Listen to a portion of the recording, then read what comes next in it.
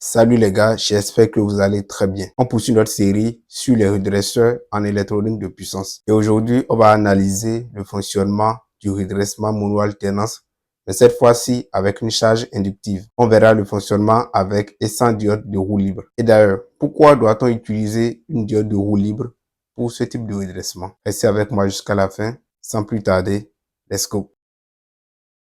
Alors, première des choses, on commence par dessiner notre schéma. Alors, ça va être le même schéma qu'au niveau de la charge résitive, sauf qu'on aura une autre charge à la place. Donc ici, on a V de T, ici c'est V. La diode de redressement ici. On aura l'inductance en série avec une résistance R qui va constituer notre charge résitive avec la tension qu'on va nommer VC ici pour V charge. Ici, on a notre diode D et on aura VD ici, évidemment. Et à côté, je peux déjà dessiner les allures qu'on aura ici. Alors, ici, c'est en fonction du temps, évidemment, mais on va fonctionner en type d'angle pour simplifier un peu les choses. Donc, on sera à pi ici et 2 pi là. Donc ici, on connaît la tension d'alimentation V, qui est évidemment une tension alternative sinusoïdale. Donc, on est comme ça, à peu près sur une période. Je vais la représenter sur une période. On va d'ailleurs faire notre analyse de fonctionnement sur une seule période pour ne pas trop dessiner. Donc, d'abord, il faut comprendre qu'il y a une particularité pour la charge inductive. Pour une charge inductive, le courant est déphasé d'un angle qu'on va nommer par exemple θ par rapport à la tension de base. Et cela est dû à l'effet de l'inductance qui est ici. Quand je dis déphasage, on a notre tension, on a une tension U comme ça, le courant I qui est déphasé ici.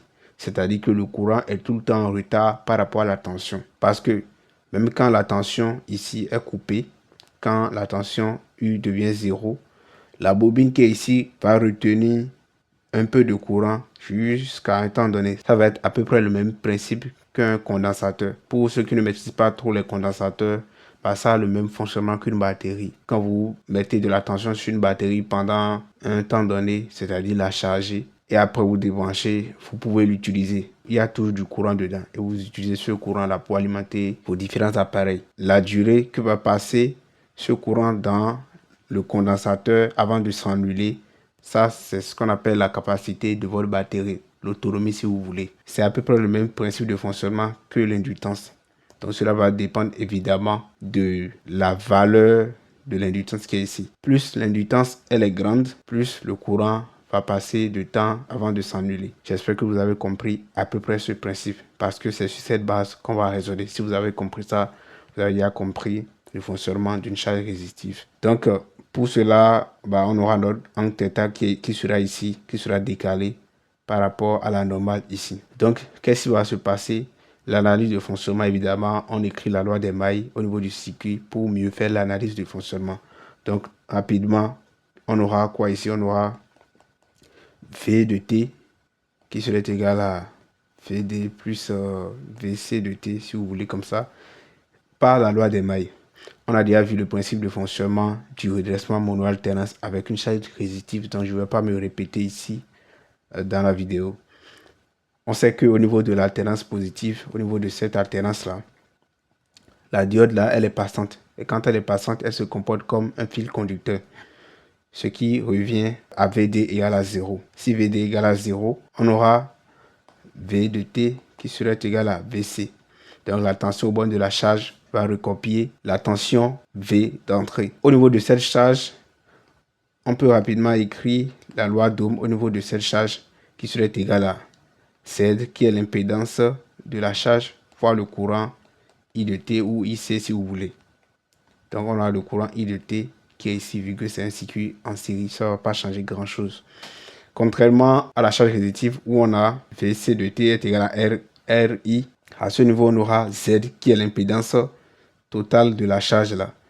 Donc, ça se calcule assez facilement. Précédemment, dans la vidéo de la charge résistive, on a vu que le courant a exactement la même allure que la tension au niveau de la charge, sauf que les amplitudes sont différentes. Et ce qui est logique parce qu'on a le facteur Z ici qui va abaisser l'amplitude du courant par rapport à la tension. D'abord, on va dessiner le courant. Vous allez voir pourquoi je dessine d'abord le courant pour faciliter l'explication, puisqu'on sait que ça aura la même allure que la tension.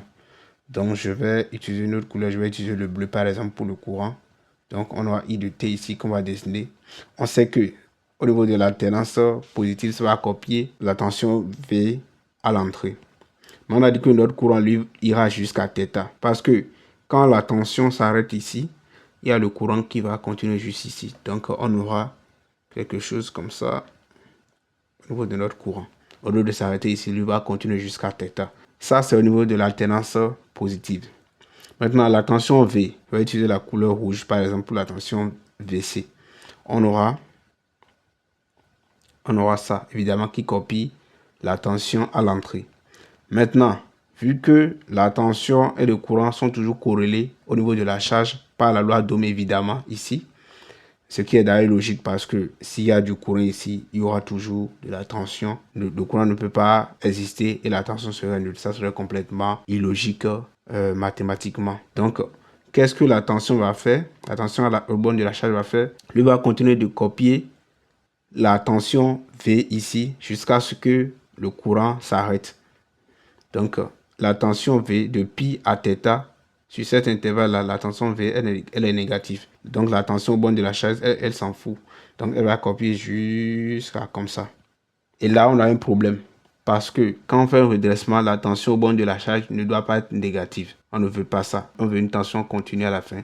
On ne peut pas accepter que ça soit négatif au niveau de la charge. Maintenant, si on fait un petit point sur l'alternance négative ici, on sait qu'au niveau de l'alternance négative, la diode là, elle sera bloquée. Si la diode est bloquée, on aura la tension qui va être nulle. Pourquoi? Parce que le courant à ce niveau est nul. Donc, je ne vais pas refaire ça. Donc, si le courant est nul, on aura comme ça, au niveau de l'alternance négative, jusqu'à 2π.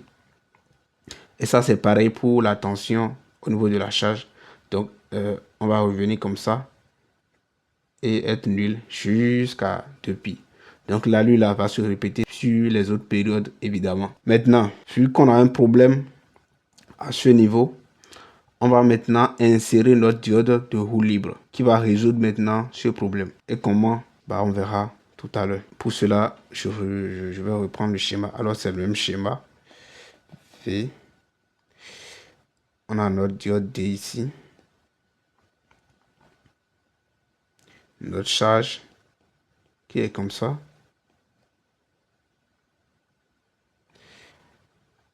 VC, rien ne change ici. VD. Maintenant ici, on aura notre diode de roue libre qui sera montée comment? En opposition par rapport à la diode D. Donc, on va mettre la cathode comme ça. On va noter ça D, RL par exemple, pour diode de roue libre. Et la tension sera évidemment comme ça. Oui, parce que le courant sera comme ça. Le courant va circuler comme ça. Convention récepteur. Donc, la tension va être comme ça. Ce qui va donner la loi des mailles. Si on veut la faire rapidement, ça va donner V égale à VD moins maintenant VD RL. Maintenant, qu'est-ce que la diode DRL va apporter à ce niveau? Qu'est-ce que la diode va apporter? Pour faciliter un peu la clarté visuelle, je vais reprendre les courbes uniquement au niveau des charges, au niveau de la charge. Comme ça. Donc, on a VC ici. Je vais mettre IC ici, par exemple, ou bien I. C'est pareil. On s'en fout des notations pour le moment. Ce qui nous intéresse, c'est l'analyse de fonctionnement. Donc ici, on a pi ici, 2π, et notre déphasage θ à ce niveau. Au niveau de l'alternance positive, évidemment, le courant ne va pas changer, hein. Le courant ne nous dérange pas puisque le courant n'est jamais négatif à ce niveau. Donc, ce qui nous dérange, c'est la partie négative au niveau de la tension. C'est ce qu'on vise à corriger d'ailleurs. Donc, notre courant sera pareil ici. Va devenir nul au niveau de l'alternance négative. Maintenant, qu'est-ce que ça va apporter par rapport à la tension V?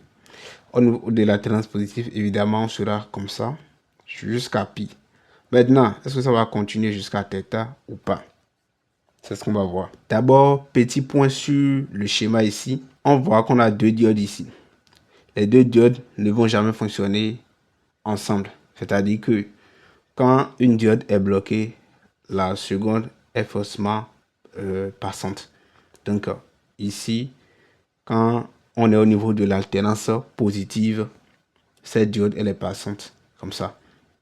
Et évidemment, la diode ici elle est bloquée. Forcément. Maintenant, quand on sera au niveau de l'alternance négative de pi à 2pi, on sait que d'après notre analyse de fonctionnement qu'on fait depuis toujours, la diode D est bloquée au niveau de l'alternance négative. Si la diode D est bloquée, qu'est-ce qui va se passer? Si la diode D est bloquée, cette diode-là de roue libre va prendre le relais. Donc, il y aura le résidu de courant ici qui va rester dans notre bobine, qui va circuler comme ça dans la diode de roue libre. Donc, ça va faire comme ça, circuler comme ça, jusqu'à ce que le courant IC devienne nul, jusqu'à ce qu'on arrive à θ. Et vu que la diode ici, elle est bloquée, et que le courant, lui, il aime toujours le chemin le plus facile. Arrivé ici, il constate qu'il y a un chemin très facile ici qui va prendre. Donc, le résidu de courant qui est ici va toujours prendre ce chemin-là jusqu'à ce que ça s'annule. Donc, pendant toute cette période-là de pi à θ, le courant emmagasiné ici va toujours prendre ce chemin. Ce qui va maintenir toujours cette diode-là bloquée. Et tant qu'il n'y a pas de courant qui passe ici, notre tension V sera toujours nulle à ce niveau. Donc à partir de pi ici, vu que le courant ne revient plus dans la diode ici pour la rendre passante, on a notre tension qui va être nulle à partir de pi jusqu'à ce niveau. Excusez-moi, je prends la couleur rouge pour la tension là, jusqu'ici. J'espère que vous avez compris un peu le principe. Parce qu'avant, il n'y avait pas de diode de roue libre. Il va devoir aller quelque part. Il va devoir aller bien quelque part. Donc, le courant, il revient comme ça. Il repart dans la diode, ce qui rend la diode passante. Et c'est à cause de cela qu'on a notre pic à ce niveau de pi à θ. Et c'est ce que la diode de roue libre vient corriger. Donc, lui reçoit tout le courant ici, vu qu'il est polarisé en direct. Donc, il reçoit tout le courant à ce niveau. Et notre diode D reste bloquée, qui permet d'annuler le pic obtenu au niveau de la charge. J'espère que vous avez compris un peu le fonctionnement. Et si ce n'est pas très clair, vous pouvez toujours poser vos questions dans la section commentaires et je me ferai un plaisir de vous répondre. Ceci dit, n'hésitez pas à liker la vidéo si elle vous a plu, à vous abonner si vous êtes nouveau sur la chaîne et je vous donne rendez-vous dans une nouvelle vidéo.